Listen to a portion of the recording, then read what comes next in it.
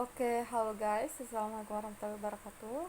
Yeah, I'm Septi Iryanti, and in here I will explain about the performative hypothesis. Okay.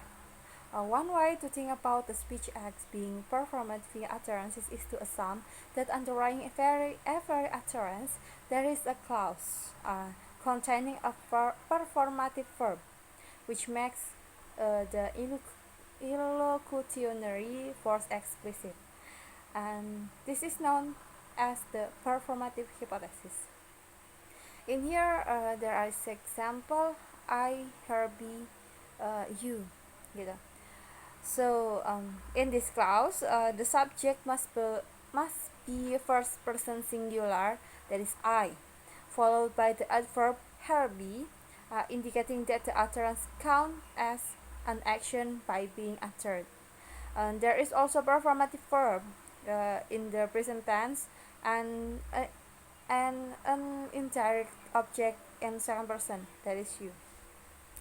And then this is another example, such clean up the mess. I hereby order you that you clean up this mess. The work was done by Eleni and myself, and I hereby tell you that the work was done by Eleni and myself. And then there is implicit and explicit performatives. In the explicit performative, in the example of D, provide the I element. Similarly, when you say to someone, do it yourself, the reflexive in yourself is made possible by the antecedent you in the explicit person. I order you that you do it yourself. Okay, next, speech act classification. One general classification system lists 5 types. There is declaration, representative, expressive, directives, and commissives. For the first is declaration. Declaration are those kind of speech acts that change the word via their utterance. In using a declaration, the speaker changes the word via words. The speaker has to have a special institutional role in a specific context in order to perform a declaration appropriately. Example, praise, I now pronounce you husband and wife.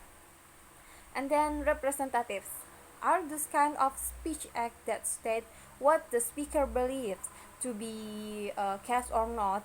In using representative, the speakers makes word fit the word or belief, just like seems statement or fake assertions, conclusion, and description.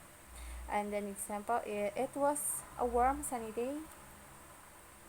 And then expressive are this kind of speech act that state what the speakers feel.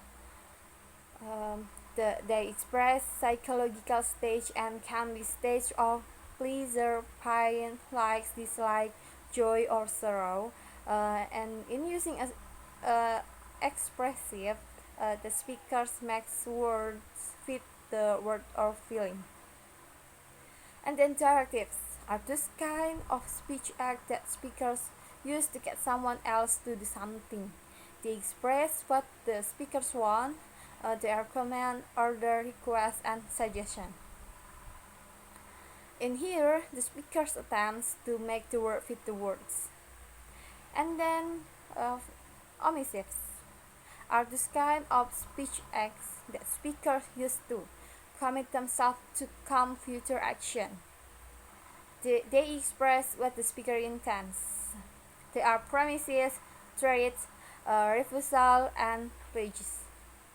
In here, the speakers undertakes to make the word fit the words. Okay, move to direct and indirect speech. A different approach to distinguishing types of speech act can be made on the basis of structures.